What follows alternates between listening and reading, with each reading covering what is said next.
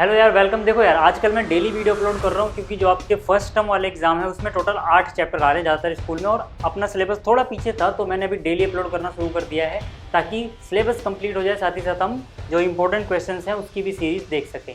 तो यहाँ पे आज मैं आपको क्या पढ़ाने वाला हूँ, बाइनोमियल थ्योरम का इंट्रोडक्शन। बाइनोमियल थ्योरम यानी कि हिंदी में बोलते हैं द्विपद प्रमेय। अब जो ये द्विपद प्रमेय है, ठीक है, ये कहाँ लगती है, क्या मतलब होता है, कैसे इसको अप्लाई करते हैं, वो सब यहाँ पे हम सीखेंगे। बहुत सारे बच्चों को क्या होता है कि जो इसके क्वेश्चन हैं उनका कॉन्सेप्ट तो समझ में आता है लेकिन कैलकुलेशन में दिक्कत हो जाती है, क्योंकि यहाँ पे कैलकुलेशन कभी कभी बहुत लंबी खिंच जाती है। तो वो सब चीज़ों को करने का आसान तरीका क्या है, कुछ छोटे छोटे ट्रिक्स क्या हैं, कुछ छोटी छोटी चालाकियाँ क्या हैं जिनका हम यूज़ करें अगर, तो यहाँ पर इसके जो क्वेश्चन है जो लेंदी लगते हैं आपको वो भी काफ़ी आसान लगने लगेंगे। वो सारी चीज़ें यहाँ पे मैं आपको बताने वाला हूँ। फिलहाल देखो, द्विपद प्रमेय क्या होती है उसको समझो, ठीक है।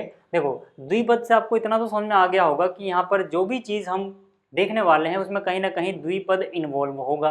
अब द्विपद आप जानते हैं मतलब उस पर दो पद होना चाहिए, ऐसा एल्जेब्रिक एक्सप्रेशन जिसमें दो पद हों और जो उसमें वेरिएबल हैं यानी कि जो उसमें चर हैं उनका जो घातांक है, ठीक है ना, वो क्या होना चाहिए, एक धनात्मक पूर्णांक होना चाहिए। ठीक है, ये सब चीज़ें आप कक्षा 9 में सीख चुके हो ना, एक पदी, द्विपदी, त्रिपदी। तो यहाँ पर देखो, शुरुआत करते हैं कि भाई जो द्विपद प्रमेय है किस काम आती है। ये काम आती है ऐसी चीज़ों को एक्सपेंड करने में, मतलब क्या, प्रसार करने में। जैसे कि अगर मैं आपसे पूछूं a प्लस बी की घात 0 क्या होगी, तो ये तो आपको याद है यार कि a प्लस बी की घात 0 कितना होता है, 1 होता है, अगर यहाँ पे a प्लस बी 0 नहीं है तो।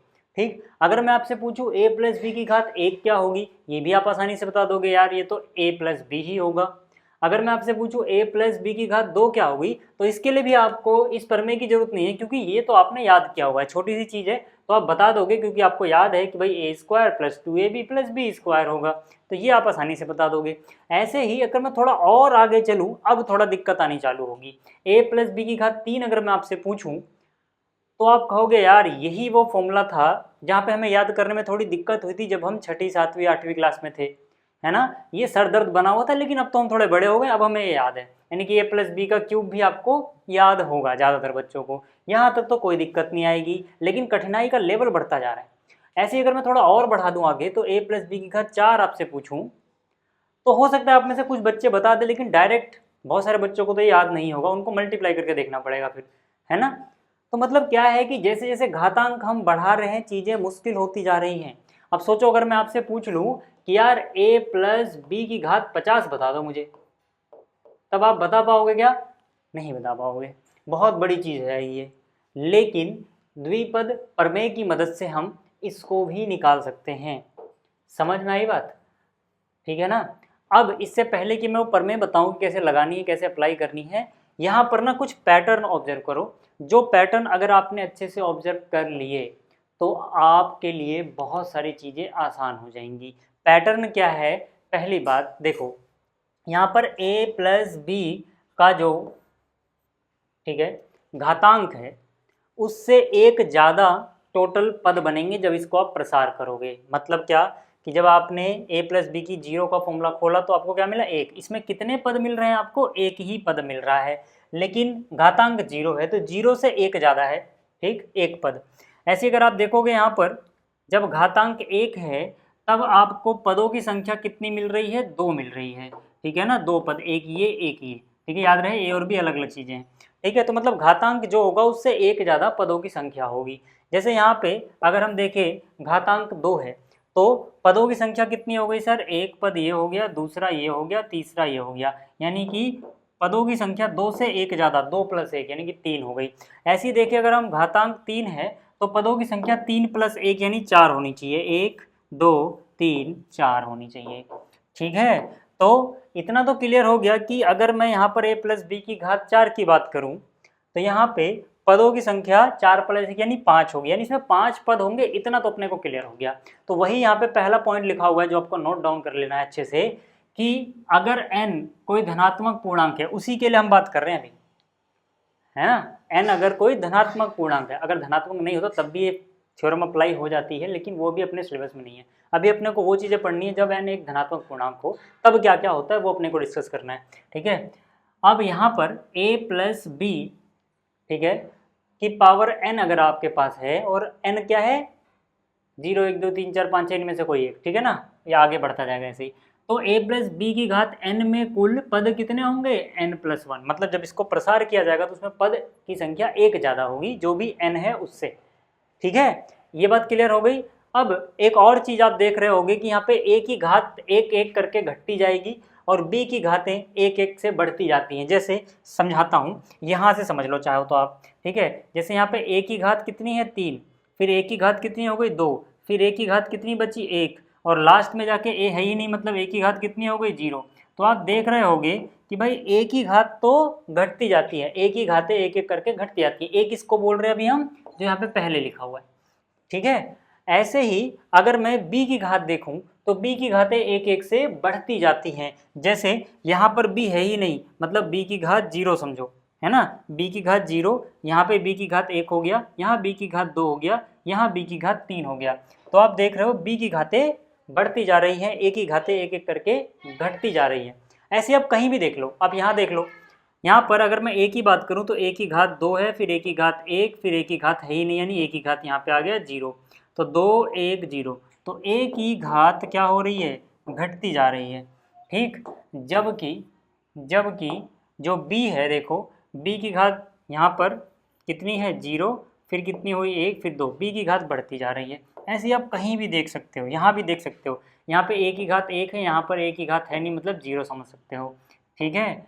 और यहाँ पे b की घात 0 है और a की घात b की घात 0 है और फिर b की घात 1 है, b की घात बढ़ती जा रही है, ठीक है। तो ये पैटर्न ऑब्जर्व करना जरूरी है, इसलिए ताकि जब हम क्वेश्चन करेंगे ना उसमें ये ट्रिक लगाने में काम आएगा, फटाक से कर लिख दोगे आप बिना फॉर्मूला वॉर्मूला लगाए, ठीक है।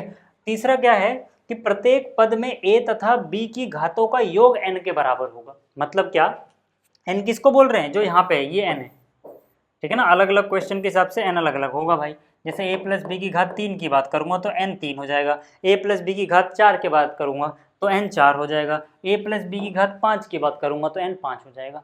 तो मेरा क्या मतलब है भी यहाँ बताने का कि किसी भी पद में a और b के जो घातांक है उनको जोड़ दो, n ही मिलेगा। जैसे जैसे यहाँ पर देखो, यहाँ पर b नहीं है, मतलब b की पावर 0 समझो, तो 3 और 0 जोड़ो 3 आएगा, तो यहाँ पर देखो पावर 3 ही है। ऐसे यहाँ पर देखो, अगर मैं अगले पद में देखूँ यही चीज़, ठीक है, यहाँ पर, ठीक है, इसको अलग कलर से दिखाता हूँ मैं, ठीक है। तो यहाँ पे b की घात 1 है, यहाँ b की घात 2 है, इस पद की बात कर रहा हूँ। इस पद में भी 2 और 1 जोड़ के 3 आएगा, देख लो। यहाँ पे बात करूँ तो इस पद की बात करूँ तो 2 और 1 जोड़ के 3 आएगा, यहाँ पर भी 3 आएगा, ठीक है। कहीं भी देख लो आप, ठीक है, जो a और b की घातों का योग होगा वो हमेशा n के बराबर आता है। ये बात क्लियर हो गई। चलो अब बिना बाइनोमियल थ्योरम का अभी प्रयोग किए क्या हम इसको एक्सपेंड कर सकते हैं, अगर हमारे पास इतनी नॉलेज हो गई है कि ये पैटर्न फॉलो होता है, हाँ कर सकते हैं, बिल्कुल कर सकते हैं। लेकिन उसके लिए आपको जरूरत पड़ेगी कि भाई इनके गुणांक क्या आ रहे हैं पदों के। जैसे यहाँ पे पद का गुणांक 1 है, यहाँ पे 1 है, ठीक है, यहाँ पे पद का गुणांक 1 है, फिर यहाँ 2 है, फिर यहाँ 1 है, ठीक है। ऐसे ही आप आगे जाओगे तो यहाँ 1 है, फिर यहाँ 3 है, फिर यहाँ 3 है, फिर यहाँ 1 है। आप बोलोगे 1 3 3 1 जैसा कुछ नज़र तो आ रहा है, 1 2 1 जैसा कुछ नज़र तो आ रहा है जो आपने यहाँ पे 1 2 1 लिखा। तो यानी कि ये जो चीज़ है ये हमारे काम की चीज़ है बड़े, ठीक है। देखो कैसे करोगे, जल्दी से बना लेना इसको। अभी कैसे बनाएंगे मैं बताऊँगा। मान लो आपको बनाना आ गया, मान लो, ठीक है, या बता देता हूँ पहले, है ना, पहले मैं बता ही देता हूँ। आपको करना क्या है सर, देखो आपको करना क्या है इसको बनाने के लिए, है ना, पास्कल ट्रायंगल कोफिशिएंट देता है। इसको बनाने के लिए आपको क्या करना है, देखो पहले लिखना है घातांक 0 1 2 3 4 5 6, कहीं तक भी लिख सकते हो, है ना। फिर आपको क्या करना है, देखो 1 मिनट रुको, मुझे बार बार लिखना ना पड़े, ठीक है, ठीक है। फिर आपको क्या करना है, देखो इसके आगे लिखना है 1, यानी शुरुआत आपको 1 से करनी है। शुरुआत आपको कहाँ से करनी है, 1 से।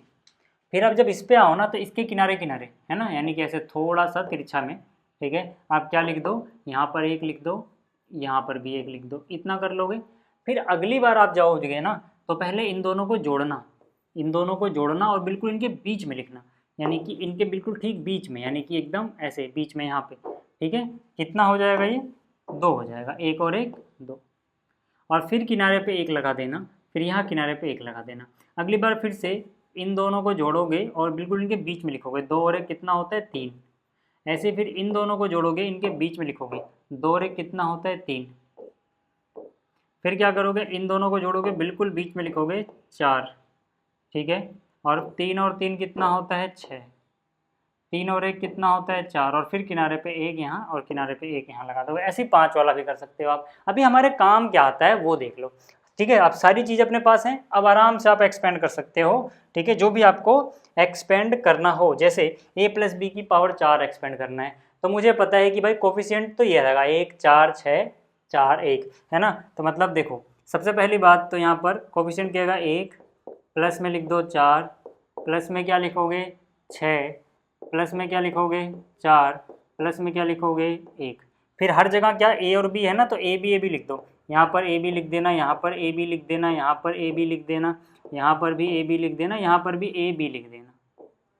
फिर आपको क्या करना है, a की पावर घटाते जानी है, क्योंकि अभी हमने देखा था a की पावर घटती जाएगी। शुरुआत कहाँ से होगी, जो ये है 4, तो a की पावर 4, 4 के बाद a की पावर 3, जहाँ जहाँ a है वहाँ देखो 2, फिर 1, फिर a की पावर 0, फिर b की पावर बढ़ते जाएगी, यानी b की पावर 0, फिर 1, फिर 2, फिर 3, फिर 4। इसको थोड़ा अच्छे से लिखें हम, तो 1 से गुणा करेंगे वही रहेगा, b की पावर 0 1 होता है, यानी कि ये हो जाएगा a की पावर 4, ये हो जाएगा 4 a की पावर 3 b की पावर 1, ये हो जाएगा 6 a की पावर 2 b की पावर 2, ये हो जाएगा 4 a की पावर 1 b की पावर 3, और ये क्या हो जाएगा देखो a की पावर 0 1 हुआ, 1 की पावर 0 1 हुआ, सीधा बच गया b की पावर 4। ये बहुत छोटा सा, शायद उतना अच्छे दिखना रहो।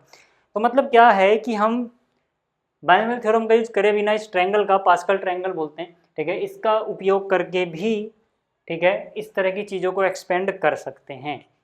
और यही चीज़ हम कर सकते हैं इस फॉर्मूले का यूज़ करके, जो कि है द्विपद प्रमेय। अब आ जाओ इस पे, ठीक है, क्योंकि यार आपको क्वेश्चन जो करना है उसमें कहीं ना कहीं अप्लाई करके दिखाना पड़ेगा, तभी आपको पूरे नंबर मिलेंगे, स्टेप्स के नंबर होते हैं ना। तो ये क्या कहती है द्विपद प्रमेय कि अगर आपके पास a + b की घात n है, तो इसको आप इस फॉर्मूले से खोल सकते हो, जहाँ पे n क्या होना चाहिए 0 1 2 3 4 ऐसे करके, ठीक है, धनात्मक पूर्णांक। क्या होता है, ये होता है सिग्मा, यानी समेसन r = 0 से लेके n तक जाओ, NCR a की पावर n - r b की पावर r। चलो अब इससे करते हैं कुछ क्वेश्चन, ठीक है, जैसे ये, ठीक है, ये अपने पास आ गया, ठीक है, बाइनोमियल थ्योरम द्विघात प्रमेय। अब यहाँ पे a + b की पावर 5 खोलनी है। एक तो था अपने कि हम ट्रिक से खोल लें, लेकिन अभी हमें थ्योरम भी अप्लाई करना सीखना है। फिर थ्योरम में हम ट्रिक कैसे लगाएं कि दिखने में तो लग रहा हो कि हमने थ्योरम लगाई है, बट हमें कैलकुलेट ना करना पड़े, क्योंकि हमें तो नंबर चाहिए ना भाई स्टेप्स के हिसाब से। तो चालाकी कैसे करोगे थोड़ी सी, वो देखो। देखो सबसे पहली बात आपको करना क्या है, NCR से शुरू करना है। n का मतलब हो जाएगा ये 5, तो यहाँ से शुरुआत होगा 5C, R कहाँ से चालू हो रहा है 0 से, 5C 0 लिख दो, फिर अगले टर्म में 5C 1 लिख दो, फिर अगले टर्म में 5C 2 लिख दो, फिर अगली बार 5C 3 लिख दो, फिर अगली बार 5C 4 लिख दो, फिर अगली बार 5C 5 लिख दो। कब तक लिखोगे, जब तक R की वैल्यू n तक ना पहुंच जाए, n मतलब जो ऊपर है, यानी ये दोनों बराबर ना हो जाए, तब तक लिखना है आपको। उसके बाद आपको क्या करना है, देखो यहाँ पर a, यहाँ पर b, यहाँ पर a, यहाँ पर b, हर जगह a b a b a b लिख दो, अगर आपको जल्दी से फॉर्मूला अप्लाई करना है तो, है ना, नहीं तो बहुत टाइम लगता है यार वैसे करने में। फिर आपको क्या करना है, देखो ना हो क्या रहा है, NCR में a की पावर n - r है, n - r मतलब इसमें से ये घटाओ, 5 में से 0 गया 5 बचेगा, और b की पावर क्या है, b की पावर सीधा सीधा r है, यानी कि जो नीचे आ रहा है वही b की पावर है ना, नीचे r आ रहा है तो r b की पावर, नीचे 0 आ रहा है तो वही है। अगर आप देखो यहाँ पे n - r करना है, n - r मतलब 5 में से 1 गया, देखो समेसन का क्या मतलब होता है, बार बार जोड़ते रहना है, ठीक है, 5 में से 1 गया 4 बचा, फिर 1 सीधा यहाँ पे, और यही चीज़ क्या अपने ट्रिक से भी हो जाएगी बिल्कुल। यहाँ पे a की पावर 5, a की पावर 3 है, तो यहाँ पे a की पावर 2, फिर 1, फिर a की पावर 0 भी लिख सकते हो। b की पावर बढ़ाते जाओ, 0 1 2 3 4 5, वही चीज़ आ गई यार, वही चीज़ आ गई, है ना। लेकिन जब हमने इतना कर लिया होगा, जब हम क्वेश्चन कर रहे होंगे, ठीक है, ये चीज़ समझ में आ गई ना, समेशन का क्या मतलब होता है कि एक बार n रखो, r की वैल्यू 0 रखो, सब कुछ रखो, फिर अगली बार जब आओगे तो r को 1 ज़्यादा करके प्लस लगाओ, r को 0 से 1 करो, बीच में प्लस लगाओ, ऐसे करते करते करते तब तक यहाँ तक पहुँच जाओ। समेशन का मतलब तो पता है ना आपको, ठीक है। अब मैं क्या कह रहा हूँ कि भाई अब आगे हम क्या करें, अब आगे हमारे पास एक तरीका तो ये है कि हमें ये कैलकुलेट करना आता हो NCR वाले फॉर्मूले से। अब आपने NCR वाला फॉर्मूला पढ़ा हुआ है कि भाई ये होता है n factorial divide by n - r factorial, ठीक है, इनटू में r फैक्टोरियल, लेकिन ऐसा पड़ेगा बड़ा लंबा, ऐसे पड़ेगा बहुत लंबा चौड़ा चीज़, ठीक है। तो उसके लिए ना आप कुछ चीज़ें याद रखो। मैं क्या करता हूँ ना, ये जो चीज़ें हैं ना, इतना यार जगह इधर घेर रही हैं, इसको मैं चलो अच्छा ही रहने देते हैं, ठीक है। इसको मैं क्या करता हूँ, जो मेरे को लिखना है मैं यहाँ लिखता हूँ, ठीक है। आप क्या करो, आप उस ट्रायंगल का इस्तेमाल कर लो, जो भी हमने ट्रायंगल सीखा उसका इस्तेमाल कर लो, है ना। अभी हमने ट्रायंगल में क्या सीखा कि भाई घातांक, ठीक है, यहीं बना दूँ क्या, पीछे जगह है क्या, चलो यहीं बना देता हूँ छोटा सा, ठीक है, 1 मिनट, थोड़ा सा टाइम दो मुझे, यहीं बना देता हूँ, ठीक है, नहीं तो फिर तो पूरी शुरुआत से मेहनत करनी पड़ेगी यार, ठीक है। देखो अगर 5 हो तो हम क्या लिखेंगे, 1 और 4 को जोड़ के कितना आएगा सर, 5, 6 और 4 को जोड़ के कितना आएगा, 10, 6 और 4 को जोड़ के कितना आएगा, 10, फिर 4 और 1 को जोड़ के कितना आएगा, 5, 1 बाहर निकल जाएगा, ठीक है। तो यहाँ पे चलो जगह नहीं तो मैं ही पास में लिख दे रहा हूँ, ठीक है, और 1 इधर लिख दो, यानी कि 1 5 10 10 5 1, है ना, 1 5 10 10 5 1। इसका मतलब समझ रहे हो क्या है, इसका मतलब है ना कि इसकी वैल्यू 1 आनी है, पक्की बात है, इसकी वैल्यू 5 आनी है, 1 5, इसकी वैल्यू 10 आनी है, 10, फिर इसकी वैल्यू भी 10 आनी है, ठीक है, और इसकी वैल्यू भी 5 आनी है, और इसकी वैल्यू 1 आनी है। देखो फिर से 1 5, फिर 2 बार 10, फिर 5, फिर 1, ठीक है ना, तो वही चीज़ हुआ, 1 5 2 बार 10 5 1। अब चाहे कैलकुलेट करके देख लेना, ठीक है। तो मतलब ये क्या हो जाएगा, देखो ये हो जाएगा, इसको अब अलग कलर से लिखता हूँ, ये हो जाएगा, देखो इसकी वैल्यू तो आ गई, a की पावर 5 क्या होगा, a की पावर 5 और प्लस माइनस जो भी है लगाते रहना, b की पावर 0 1 हो गया, यहाँ पर क्या हो गया, a की पावर 4 b की पावर 1, यहाँ पर ठीक है प्लस लगाते रहना, ठीक है, यहाँ पर क्या हो जाएगा, a की पावर 3 b की पावर 2, फिर यहाँ पे क्या हो जाएगा, a की पावर 2 b की पावर 3, फिर ये क्या हो जाएगा, a की पावर 1 b की पावर 1, फिर ये क्या हो जाएगा, a की पावर 0 है b की पावर 5। 1 मल्टीप्लाई में नहीं भी लिखोगे तो चलेगा, समझ में आया। तो ये हो गया इसका एक्सपेंड। लेकिन अगर आप मान लो ट्रायंगल ना भी यूज करो, थोड़ा सा दिमाग पे अगर जोर डालना चाहो ना, क्योंकि यार ट्रायंगल बनने में थोड़ा टाइम तो लगेगा ही, अगर पावर 6 दे देंगे तो, है ना। तो कुछ और भी ट्रिक्स हैं अपने पास छोटे छोटे, ठीक है, जिनको आप याद रखो तो ये कैलकुलेशंस हो जाती हैं। पहले आपको कठिन लगता है, देखो अगर आपको ट्रायंगल आसान लगे आप ट्रायंगल ही इस्तेमाल करना, ठीक है, पास्कल ट्रायंगल। लेकिन अगर आपको थोड़ा और दिमाग पे जोर डालना अच्छा लगता है, जैसे जैसे प्रैक्टिस करोगे वैसे और अच्छे होते जाओगे, तो मैं आपको सिंपल से कुछ चीज़ें बताता हूँ जो आपको याद रखनी है। वो ये है सर कि एनसीआर वाला फॉर्मूला एक तो याद रख लेना। अब उसको जल्दी से कैसे अप्लाई करना है, उसके लिए आपको कुछ चीज़ें याद होनी चाहिए कि भाई जैसे NC0 जहाँ भी आप देखो NC0 तो इसकी वैल्यू 1 होती है, यानी कि अगर मुझे 5 से 0 कैलकुलेट करना था दिमाग में जोर नहीं डालना, नीचे 0 है तो 1 ही आएगा। पहली बात समझ में आ गई, ठीक, चाहे वो NC0 हो या फिर वो NCN हो तब भी 1 ही आएगा। पहली बात तो आप ये याद रख लेना। अब अगर आपको यही चीज़ पता है तो आपको पता होता कि भाई NC0 भी 1 आएगा और NCN मतलब जब दोनों चीज़ें सेम हो तो 5C5 भी 1 आएगा। देख लो, अब इतनी बात याद करनी कौन सी कठिन चीज़ है यार, ये तो याद हो जाएगा, ठीक है। तो सीधा सीधा 1 और 1 आ जाएगा, क्लियर हो गया, दो चीज़ें क्लियर हो गई, ठीक है। दूसरी बात आपको क्या याद रखनी है सर, वो ये याद रखनी है कि NCR हमेशा हमेशा बराबर आता है NCN-R के। आप बोलोगे यार इससे क्या फ़ायदा होने वाला है अपना, पहले इसको समझो कि भाई ये कह क्या रहा है। ये कह रहा है कि यहाँ पे कोई अगर NCR आपने निकाला और आपको फिर से NC नीचे R की जगह N में से R कम मिल जाए, कहने का मतलब है जैसे आपने अगर 5C3 निकाला तो ये किसके बराबर होगा, 5C इसमें से घटा दो, 5 में से 3 क्या 2, तो ये दोनों बराबर हैं। मतलब अगर आपने एक फाइंड आउट कर लिया, 5C2 फाइंड आउट कर लिया, 5C3 फाइंड आउट करने की जरूरत नहीं है। समझ में आ रही बात, ठीक है। अब यहाँ से एक और चीज़ देख सकते हो, ऐसे तो जब आप क्वेश्चन कर रहे होगे सोचने में दिक्कत होती है, लेकिन अगर एक चीज़ सोचो कि भाई इन दोनों को जोड़ के क्या आता है, इन दोनों को जोड़ोगे -R से +R कट जाएगा, N ही बचेगा, यानी कि जो नीचे लिखा हुआ है उसको जोड़ के अगर ऊपर वाला ही बन रहा है जिन दो को, तो वो दोनों बराबर होंगे। आप ऐसे भी सोच सकते हो, जैसे यहाँ पर 1 है ऊपर 5 है, तो 1 में क्या जोड़ूंगी 5 आ जाए 4, यानी 5C1 जो होगा ना वो 5C4 के बराबर होगा, सीधी सी बात है। ऐसे ही अभी हमने देखा था 5C2, 2 में क्या जोड़ दूंगी 5 हो जाए 3, तो 5C2 5C3 के बराबर होगा।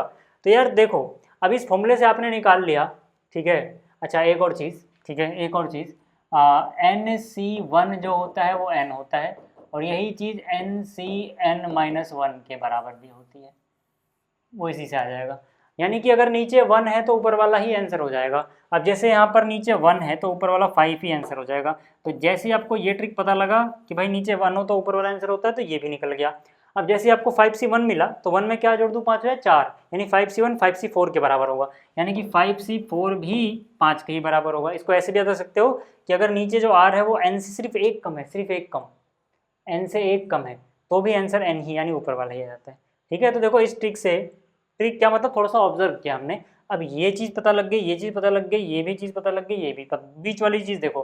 बीच वाले के लिए एक और ट्रिक याद रखना, आपको सिंपली NC2 जो निकालना हो, जब नीचे 2 आ जाए, या तो 2 आए या फिर, ठीक है, इन दोनों का गैप 2 हो, इन दोनों का या तो गैप 2 हो या फिर नीचे 2 आ जाए, तो आपको कैलकुलेट नहीं करना होता सारा का सारा n फैक्टोरियल डिवाइड बाई ढिंका फलाना। आपको सीधा सीधा क्या करना होता है, जो भी n है फिर उससे एक कम से उसको मल्टीप्लाई करके आधा कर दो।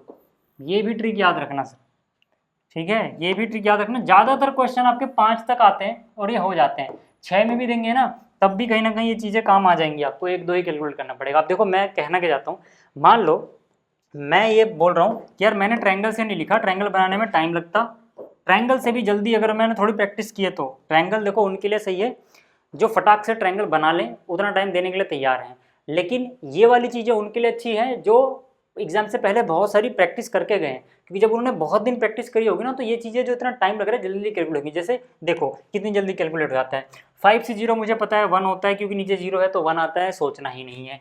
5C1 नीचे अगर 1 है, नीचे अगर 1 है तो ऊपर वाला ही आंसर होता है, तो 5 ही लिख दूंगा, सोचना ही नहीं है। मुझे पता है 5C1 5C4 के बराबर होगा, क्यों, क्योंकि यहाँ पे 1 में 4 जोड़ के 5 आ जाता है ना। या फिर मुझे ये भी पता है कि अगर नीचे वाला 1 कम हो तो सीधा सीधा ऊपर वाला आंसर है, इसका आंसर भी 5 आ जाएगा। मुझे ये भी पता है कि अगर दोनों बराबर हो यानी NCN वो भी 1 होता है, यानी इसका आंसर भी 1 आएगा। सोचो ना यार, दो ही चीज़ें तो रह गई। अब मुझे ये पता है कि 5C2 नीचे 2 आ गया, देख के खुश हो जाओ कि यार नीचे अगर 2 है ना तो जो भी ऊपर है उससे 1 कम करो। ऊपर क्या है 5, 5 से 1 कम होता है 4, 5 चौक 20, आधा कर दो 10, यानी इसका आंसर आएगा 10। अब मुझे पता है 5C2 5C3 के बराबर होगा, यानी इसका आंसर भी आएगा 10, क्योंकि 2 में 3 जोड़ के 5 आता। अब बताओ ना यार कौन सा तरीका आसान लगा आपको।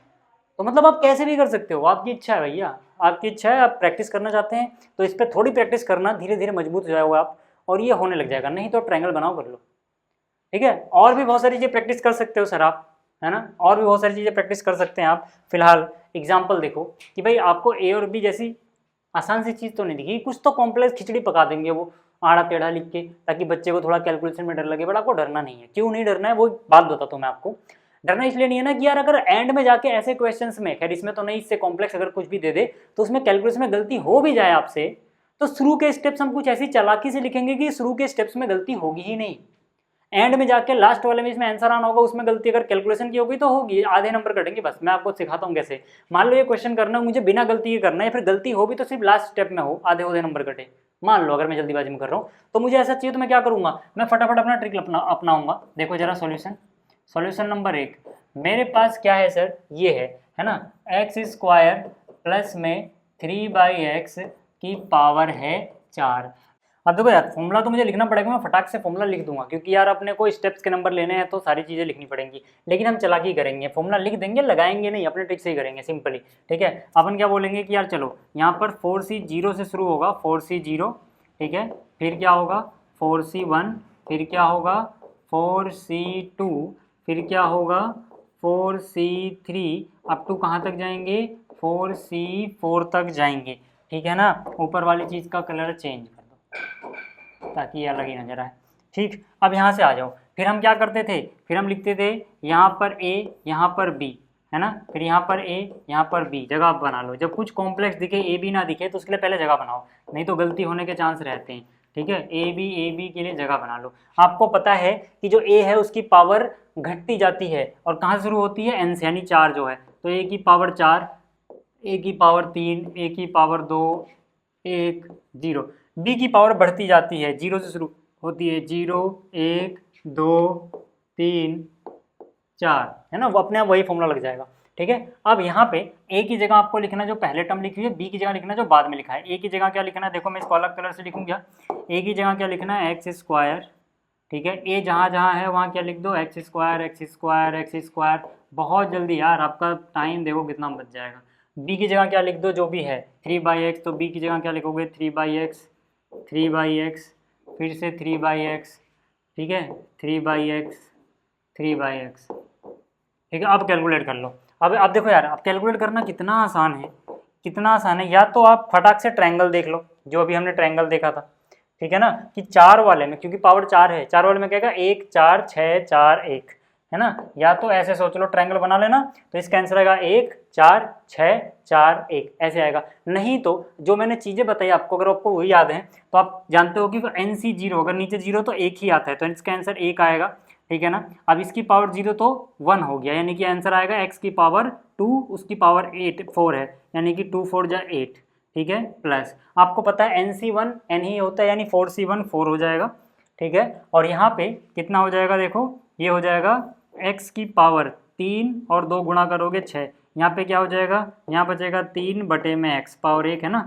अब NC2, मैंने कहा था जब नीचे 2 हो तो इससे क्या करो, एक कम, 4 से एक कम 3 होता है, 4 गुणा 3 करो 12, आधा कर दो 6, यानी ये 4C2 6 ही आएगा, ठीक है। और यहाँ क्या बचेगा, x की पावर 4 हो गया, और यहाँ क्या बचेगा, 3 की पावर 2 9 हुआ, और नीचे कितना आया, x का स्क्वायर, ठीक है। यहाँ पे आ जाओ, जब ऊपर वाले से नीचे वाला एक कम हो तब भी ऊपर वाला ही आंसर आता है, यानी 4C3 भी 4 ही होगा। अब यहाँ पे क्या आएगा, x की पावर 2, और यहाँ क्या हो जाएगा, 3 की पावर 3 कितना होता है 27, नीचे क्या हो जाएगा, x की पावर 3, है ना। 4C4 NCN 1 ही होता है, यानी कि 1 आ गया, x की पावर 2 की पावर 0 0, यानी कि x की पावर 0 1, तो 1 आ गया, और 3 की पावर 4 कितना होता है 81 होता है, और x की पावर 4। अब देख लो ना यार, हो तो गया है सवाल, है ना, 1 से गुणा करोगे वही आ जाएगा, प्लस, है ना, x 1 कट जाएगा तो x की पावर 5 बचेगा, और 3 और 4 कितना 12, गुणा करने पर 3 गुणा 4 12, x की 2 x की 4 x की 2 बचेगा, 6 गुणा में 9 करोगे 54 हो जाएगा, प्लस x की 3, नीचे एक x बच जाएगा, 27 चौक के 108, 108 और नीचे x बचेगा, क्योंकि x की 3 नीचे ज़्यादा है, मतलब ऊपर 2 है, और यहाँ 81 बटे में x की पावर 4 हो जाएगा। बताओ कहीं भी लगा क्या कि मैं कैलकुलेट कर रहा हूँ, कुछ भारी लग रहा है, कुछ नहीं यार। 3 की पावर 4 आपको बचपन से पढ़ रहे हो ना, जब पैदा हुए थे आप तो नर्स ने कहा ही नहीं था 3 की पावर 4 81 होता है ना। तो वही चीज़ है यार, बस नर्स की बात याद कर लो, समझ में आ गई बातें, ये हो गया क्लियर। आ जाओ आगे, अब यहाँ पे चलते हैं, उदाहरण 2, है ना। उदाहरण 2 क्या है कि भैया 98 की पावर 5 है, इसकी गणना कर दो, मतलब कैलकुलेट कर लो यार, गणना करने का मतलब क्या है, कैलकुलेट करना है ना। बहुत ज़्यादा शुद्ध हिंदी हो रही है यहाँ पे।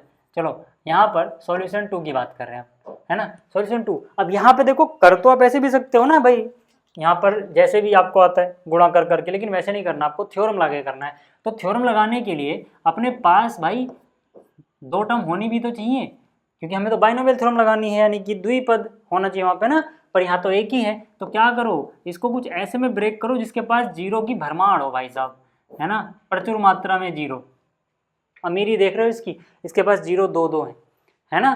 तो ऐसे नंबर हम क्यों लिखते हैं भाई 98 का तो आप यार 99 माइनस 1 भी लिख सकते हो, बट वो मत करना, क्योंकि 99 की कैलकुलेशन हाई हो जाती है बहुत ज़्यादा, जबकि 100 की कैलकुलेशन आसान रहती है। 100 को 10 से गुणा करना आसान है, 100 को 5 से गुणा करना आसान है, ठीक है, इसलिए 100 यानी 0 नंबर। अब आप फटाक से, है ना, पूरे नंबर लेने के लिए NCR वाला फॉर्मूला लिख देना, है ना। क्या करना, फॉर्मूला लिख देना, यानी कि a + b की पावर n हो तो क्या होता है, r की वैल्यू 0 से लेके n तक जाते हैं, NCR लिखते हैं, a की पावर n - r लिखते हैं, b की पावर r, बस लिख के छोड़ देंगे, मतलब कोई नहीं है फॉर्मूले वॉर्मूले से हमारा, हम अपने ट्रिक से ही चलेंगे, ठीक है। तो अब देखो यार, हम क्या करेंगे, फॉर्मूला हमने लिख दिया, लेकिन हम करेंगे चालाकी। हम क्या लिखेंगे भाई, देखो यार, शुरुआत होगी NC 0 से, ठीक है, प्लस, ठीक है, और यहाँ पर a, यहाँ पर b, फिर यहाँ पे NC1, यहाँ पर a, यहाँ पर b, फिर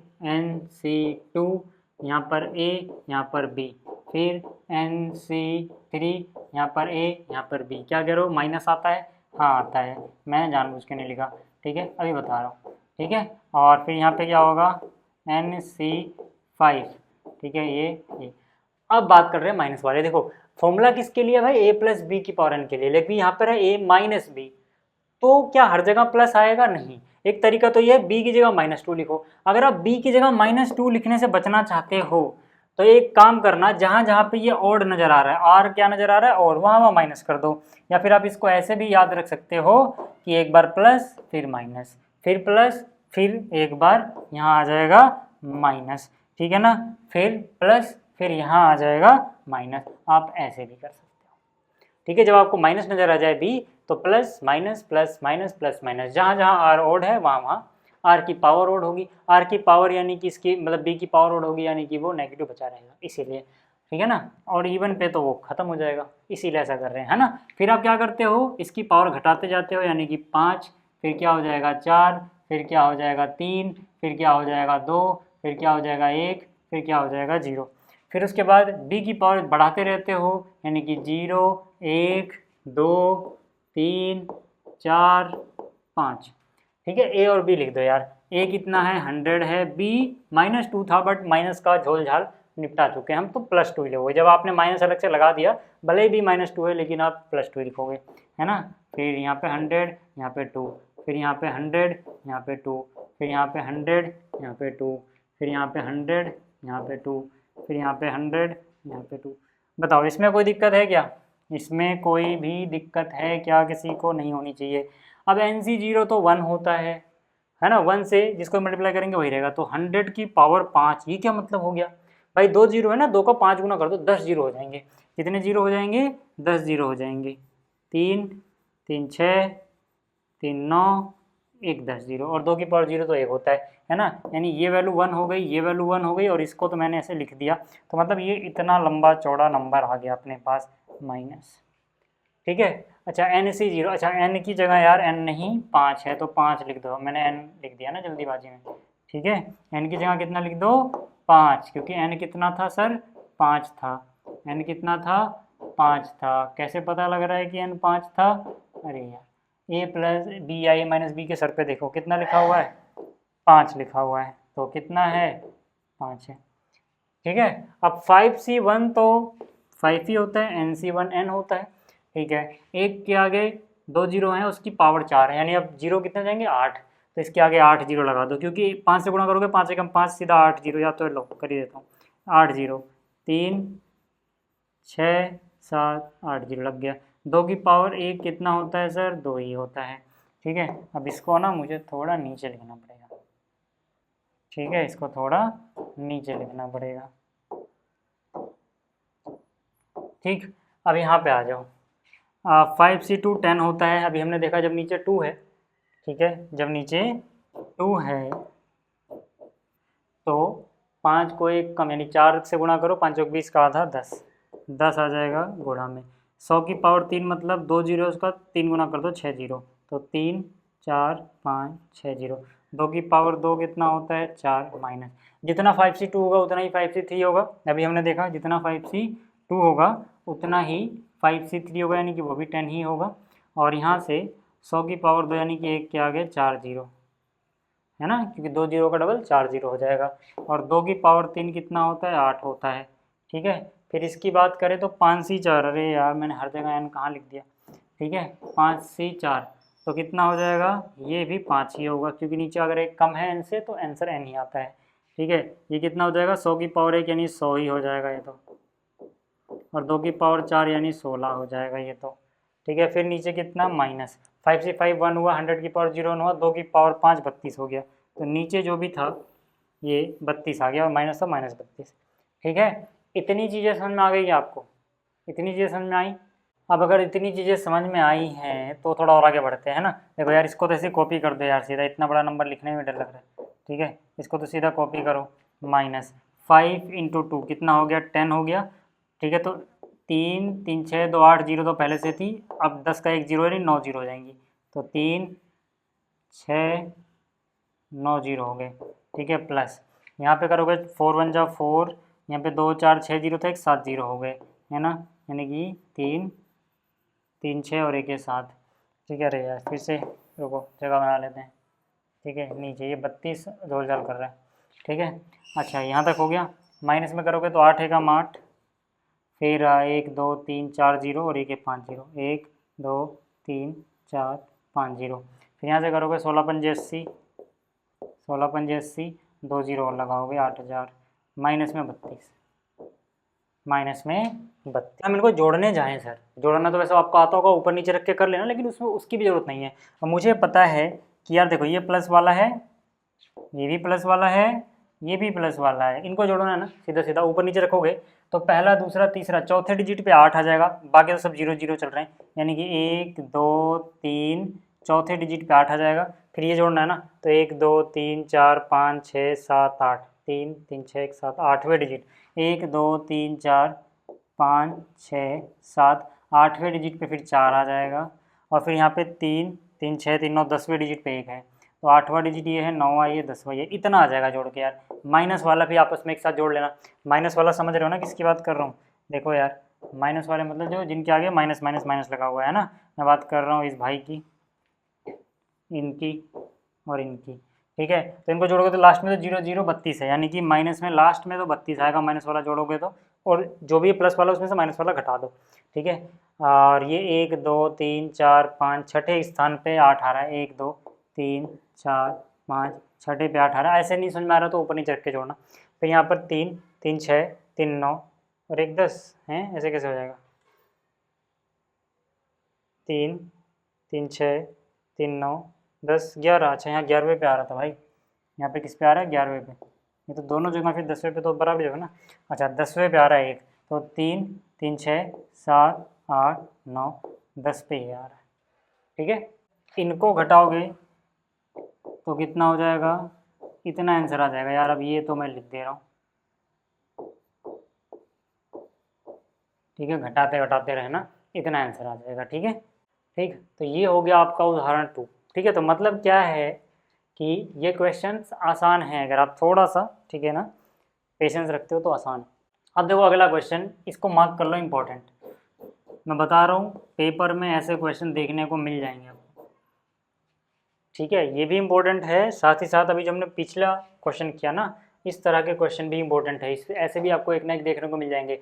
बाई 98 की जगह 102 दे सकते हैं, 100 + 2 लिख के इसको एक्सपेंड कर देना, उसमें सब कुछ प्लस रहेगा, ठीक है। इस तरह की चीज़ें दे देंगे आपको। क्लियर होगी बात? तो अब देखो उदाहरण 3 में क्या कह रहा है कि भाई ये जो चीज़ दे रखी है अजीब खजीब सी, इसमें से और इसमें से कौन सी बड़ी संख्या है? तो हम क्या करेंगे, तो सिंपल नंबर है ना, यही नहीं पता लग रहा क्या है ये, तो इसको एक्सपेंड करेंगे, ठीक है। तो यहाँ पर क्या है 1.01 और रेस्ट टू द पावर है 1 के आगे कितने जीरो है भाई साहब? 3 3 6, तो यहाँ पे 6 जीरो लगा दो, ठीक है। देखो इसमें फॉर्मूला लगाओ कैसे, बाइनोमियल बनाना पड़ेगा, एक ही टर्म दिख रहा है तो 1 + 0.01 लिख सकते हो ना इसको, फिर 1 2 3 4 5 6 जीरो लगा दो। अब इसको ज़रा एक्सपेंड करना, ठीक है। ये क्या होगा? NCR, एन की जगह क्या है 10 लाख, एक के आगे 6 जीरो, CR, आर की जगह 0 लिखोगे, 1 की पावर ये 1 ही रहना है तो वो तो 1 ही हो गया, ठीक है। और B की पावर यानी 0.01 की पावर यहाँ पे 0 होगा, ये भी 1 ही होगा, यानी पहली टर्म में तो लिखने की जरूरत ही नहीं है, क्योंकि 1 की पावर 1 भी 1 हो रहा है, इसकी पावर भी 1 ही हो रहा है। अगले टर्म में आ जाओ सीधा, ठीक है। एक के आगे 3 ये और 3 ये 6, C1 लिखा, 1 की पावर इसमें से एक घटा के जो भी आएगा 1 ही रहना, उसको लिखने की जरूरत ही नहीं है। यहाँ पर 0.01 की पावर 1 आएगा, प्लस में लिख दो अदर पॉजिटिव टर्म्स, ठीक है। प्लस में क्या लिखोगे? अदर, क्योंकि देखो इसमें कुछ नेगेटिव तो बन नहीं रहा, अदर पॉजिटिव टर्म्स, यानी कि यहाँ पे क्या हिंदी में लिखना पड़ेगा ना, मैं तो हिंदी मीडियम में पढ़ा रहा हूँ, ठीक है, या दोनों मीडियम में पढ़ाता हूँ ना, इंग्लिश मीडियम हिंदी, तो मिक्स हो जाता है कभी। तो यहाँ पे आ जाओ, यहाँ पे हम क्या लिखेंगे? अन्य धनात्मक, अन्य धनात्मक पद, यानी कि जो बाकी चीज़ें हैं उसमें भी सब कुछ तो देखो पॉजिटिव ही आ रहा होगा, धनात्मक ही आ रहा होगा। तो देखो ये कितना NC01 होता है, हमने अभी सीखा था। अच्छा हमने बाकी चीज़ें क्यों नहीं लिखी? क्योंकि हम देखना चाहते हैं कि यार जैसे जैसे आगे बढ़ेगा ना ये तो छोटा ही होता जाएगा, फिर इसकी पावर 2 हो जाएगी, इसकी पावर 2 इसको गुणा करके और छोटा कर देगा, है कि नहीं? तो उतना ज़्यादा सिग्निफिकेंट रोल निभाएगा नहीं वो, ज़्यादातर यहीं से पता लग जाता है। हाँ अगर बिल्कुल आसपास पहुँचे इससे और हमें पता न लग रहा हो तो एक आधी टर्म और खोल लेते हैं, लेकिन ज़्यादातर 2 टर्म 3 टर्म से पता लग जाता है कि उससे बड़ा होगा कि छोटा। देखो ये 1 आ गया प्लस, अब आपको पता है NC1N होता है, NC1N ही होता है, इसको N समझो, NC1N यानी यही आ जाएगा, एक के आगे 1 2 3 4 5 6 जीरो, गुणा में इसकी पावर 1 तो यही रहेगा, है ना, प्लस में यही चीज़ उतार दो, अन्य धनात्मक पद। अब आप देखोगे इसका पॉइंट हटाया तो नीचे 100 आ जाएगा, है ना, 2 जीरो से 2 जीरो काट दोगे तो यहाँ से देखो कितना बचेगा, 1 के आगे 4 जीरो, गुणा में 1 करोगे तो वही रहना है, 1 2 3 4 प्लस में 1, प्लस में क्या आ जाएगा, अन्य धनात्मक पद। तो ये कितना हो जाएगा, ये हो जाएगा इतना 10,001, जो कि यहाँ पे 10,000 था, ठीक है। और प्लस में कुछ और भी बचा हुआ है धन, अब बहुत सारे टर्म बचे हुए हैं, हमने वो टर्म लिखे भी नहीं, तब भी यहाँ पे 10,001 आ जा रहा है। तो हमें पता है कि 10,001 उस 10,000 से तो बड़ा होता है, और 10,001 आ रहा है यहाँ से। इसका मतलब हम फाइनली क्या बोल पाएंगे, इसका मतलब है कि क्योंकि ये चीज़ बड़ी है ना, ये चीज़ जो है वो बड़ी है, तो मतलब ये जो चीज़ आई थी ना 1.01 की पावर 1 2 3 4 5 6, ये बड़ी है 10,000 से, पक्की बात है कि ये बड़ी है 10,000 से, और ये आता है क्वेश्चन, ठीक है। इस तरह का क्वेश्चन आपको एग्ज़ाम में आता है करने को। फिर से बोल रहा हूँ, मार्क कर लेना हैशटैग इम्पोर्टेंट, ठीक है, इसको इम्पोर्टेंट मार्क कर लेना, ठीक है। इससे पहले वाला जो क्वेश्चन था, इस तरह के क्वेश्चन भी आते हैं, तो इसको भी इम्पोर्टेंट मार्क कर लेना, ठीक है। आगे चलो, ठीक है, ये वाला क्वेश्चन ये भी इम्पोर्टेंट है, हो सकता है ये आपको देखने को मिल जाए। कह रहा है द्विपद प्रमेय का प्रयोग करके सिद्ध कीजिए कि 6 की घात n, ठीक है, 6 की घात n minus 5n minus 5n, ठीक है ना, इसको जब 25 से भाग दिया जाए तो एक शेष बचे, यानी कि अगर मैं इसको 25 से भाग दूंगा तो मेरे पास जो शेषफल बचेगा, ठीक है ना, वो 1 बचता है, ऐसा कुछ बोला गया है। तो चलो यार कैसे करते हैं, क्या हिंट मिलता है, ध्यान से देखना कैसे कर सकते हैं इसको। देखो मेरे को क्या, ऐसे क्वेश्चन में ज़्यादातर क्या होता है, जिसकी पावर n है ना, जैसे 6 की पावर n है, उसको ज़्यादातर आप ना 1 प्लस समथिंग में लिखो। अब 6 को 1 प्लस क्या लिखोगे, 5 लिखोगे। ज़्यादातर क्वेश्चन इससे हो जाते हैं, ये बात याद रख लेना अपने दिमाग में। क्यों, देखो यहाँ पे पहली बात, जो भी हमें लास्ट में आंसर लाना है उसमें कहीं ना कहीं 1 होना चाहिए, और कहीं ना कहीं कहानी में 25 आना चाहिए। 25 मतलब 5 की पावर 2, यानी कि यहाँ से 5 की कुछ पावर तो लास्ट में बनेगी, कहीं ना कहीं 25 भी बन ही जाएगा, ठीक है ना। और एक भी कहीं ना कहीं में दिख रहा है, उसको हम अलग निकाल ही लेंगे। कैसे, ध्यान से देखो, यहाँ पे अगर मैं बाइनोमियल थ्योरम का उपयोग करूँ, लिखना पड़ेगा पूरे नंबर लेने तो, ठीक है, कि भाई a प्लस बी की पावर n जो होता है वो क्या होता है, ठीक है, इसको अच्छे से लिखूँ अगर मैं, थोड़ा जगह बना लेते हैं, तो ये क्या होता है, सिग्मा r इक्वल टू 0 से लेके n सी आर ए की power n minus R B की पावर r, ये फॉर्मूला लगेगा, ठीक है, ये फॉर्मूला यहाँ पे लगेगा, ठीक है। अब आ जाओ यहाँ पे, अब अगर इसमें हम फॉर्मूला लगाए हैं तो 6 की पावर n, देखो होगा क्या, ये हो जाएगा एन सी आर, n कितना है नहीं पता, एन सी आर 0 से चालू होगा, एन सी आर 1 की पावर 2 कुछ भी रहे 1 ही रहना है, तो सीधा सीधा मैं चाहूँ तो 1 ही लिख दूँ, पावर ना भी लिखूँ या ये भी ना लिखूँ, मल्टीप्लाई करके तो वही रहना है। सीधा सीधा 5 पे फोकस करो यार, चलो इसको हम हटा ही देते हैं 1 को, सीधा 5 पे फोकस करो, 5 की पावर 0, ठीक है, याद रहे, अब ए की पावर नहीं बी की पावर लिख रहे हैं हम, ए तो 1 ही रहना है हमेशा। फिर यहाँ पे एन सी 1 बी, यानी कि 5 की पावर 0 से 1 बढ़ जाएगा, फिर एन सी 2, फिर 5 की पावर 1 और बढ़ जाएगा, फिर एन सी 3 5 की पावर 1 और बढ़ जाएगा, ऐसे करते करते करते एन सी एन में 5 की पावर n ही हो जाएगा, ठीक है। अब अपने काम की क्या चीज़ है, ठीक है, देखो यहाँ पर क्या है 6 की पावर n, यहाँ पे अपने काम का क्या है भाई, अपने को 1 तो चाहिए, तो 5 से 0 1 होता है, 5 की पावर 0 1 होता है, तो ये 1 × 1 1 ही आ गया, प्लस एन सी 1 n होता है, और 5 की पावर 1 यानी 5 n आ गया, कितना आ गया 5 n आ गया, प्लस देखो मुझे क्या चाहिए 6 की पावर n माइनस 5n चाहिए, इस 5n को तो मैं माइनस में ले आऊँगा अगले टर्म में, अगले मतलब स्टेप में, तो यानी कि 6 की power n minus 5n create हो जाएगा, वो देखो क्रिएट हो गया। साथ में क्या चाहिए 25 से भाग देना था, यानी 25 इंटू में समथिंग, यानी 25 कॉमन लेना पड़ेगा। क्यों कॉमन लेना पड़ेगा, क्योंकि जैसे मान लो मैं 51 की बात करूँ, तो 51 अगर 25 से डिवाइड किया जाए तो 25 का पहाड़ा 2 बार जाएगा और एक रिमाइंडर बचेगा, यानी 25 इंटू में समथिंग प्लस में 1, यानी कि a equal to B Q plus R वाली फॉर्म में लिखना पड़ेगा ना भाई। तो 25 से भाग दे रहे हो, b क्या है 25, तो 25 समथिंग 25 इंटू समथिंग तो होना चाहिए, यानी जो बाकी चीज़ें बची हैं उसमें 25 इंटू समथिंग मिलना चाहिए मुझे, यानी कि इसमें से 25 इंटू समथिंग निकालो, ठीक है। कैसे निकालोगे ध्यान देना, 5 की पावर 2 25 है। ये क्या है 5 की 3, इसको हम क्या कर सकते हैं 5 की पावर 2 गुणा 5 यानी 25 यहाँ पर भी है। ये क्या है 5 की पावर n, इसमें से 5 की पावर 2 तो कॉमन ले लोगे, बाकी चीज़ छड़े बड़े बचे रहने दो। तो मतलब क्या कर रहे हैं हम सीधा सीधा 5 की पावर 2 कॉमन ले रहे हैं यहाँ से। 5 की पावर 2 कॉमन लेंगे इतने में से, तो यहाँ बच जाएगा NC2, 5 की पावर 2 कॉमन आ गया है। यहाँ बच जाएगा NC3, 5 की पावर 3 में से 5 की पावर 2 कॉमन है, 5 की पावर 1 बचा हुआ है। और यहाँ पे NCN है ना, NCN तो खैर 1 ही होता है। 5 की पावर n में से 2 कॉमन ले लिया तो 5 की पावर n-2 बचा होगा यहाँ पे। अब मुझे एक बात बताओ यार, 5n को मैं इधर ले आऊँ तो क्या इधर 6 की पावर n-5n बचेगा? ठीक है, यहाँ पर क्या बचेगा 1, ठीक है, ये चीज़ इधर आ गया, 1 यहाँ पे है, प्लस 5 की पावर 2 25 होता है क्या? और ये जो चीज़ है इसको m मान लो। ठीक है, मैंने क्या कहा, मैंने कहा ये जो भी खिचड़ी है इस सभी को m मान लो। क्यों? जहाँ पे m एक पूर्णांक है, m क्या है, m एक पूर्णांक मान लो, लिख देना जहाँ m एक पूर्णांक है। अगला स्टेप में अच्छे से लिखना, जहाँ m बराबर इतना, जहाँ m लिख दूँ क्या? ठीक है चलो लिख लो यार, जहाँ m बराबर इतना एक पूर्णांक। क्यों? क्योंकि ये सारी चीज़ें पूर्णांक ही देती हैं और कोई आंसर नहीं देती, पूर्णांक ही आता है इनका। तो मतलब देखो इस चीज़ को हम क्या लिख पा रहे हैं, 25 का पहाड़ा m बार गया, प्लस में ये बच गया 1, है ना। इसको अगर चाहो तो मैं अच्छे से लिख देता हूँ, है ना, तब आपको समझ में आ जाएगा, है ना। 25 m को पहले लिख देता हूँ, प्लस में 1 बाद में, है ना। इस पूरे को a समझो, ये b हो गया, ये q प्लस में r, a equal to B Q plus R. तो इसका मतलब क्या है कि जब इसको 25 से भाग दिया जाता है तो एक शेषफल बचता है, वही लाइन लिख दी है ना, यानी वही लाइन हम लिख देंगे।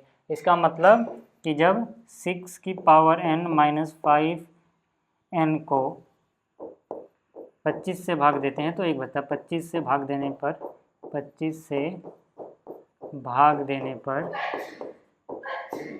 एक शेष बचता है।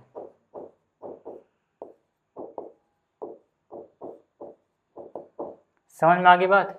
तो ये था आपका इस चैप्टर का इंट्रोडक्शन। उम्मीद करता हूँ कि आपको ये चीज़ें समझ में आ गई होंगी। इस वीडियो में इतना ही, जल्दी मिलेंगे अगली वीडियो में, PDF मिल जाएगा टेलीग्राम पे। Thank you.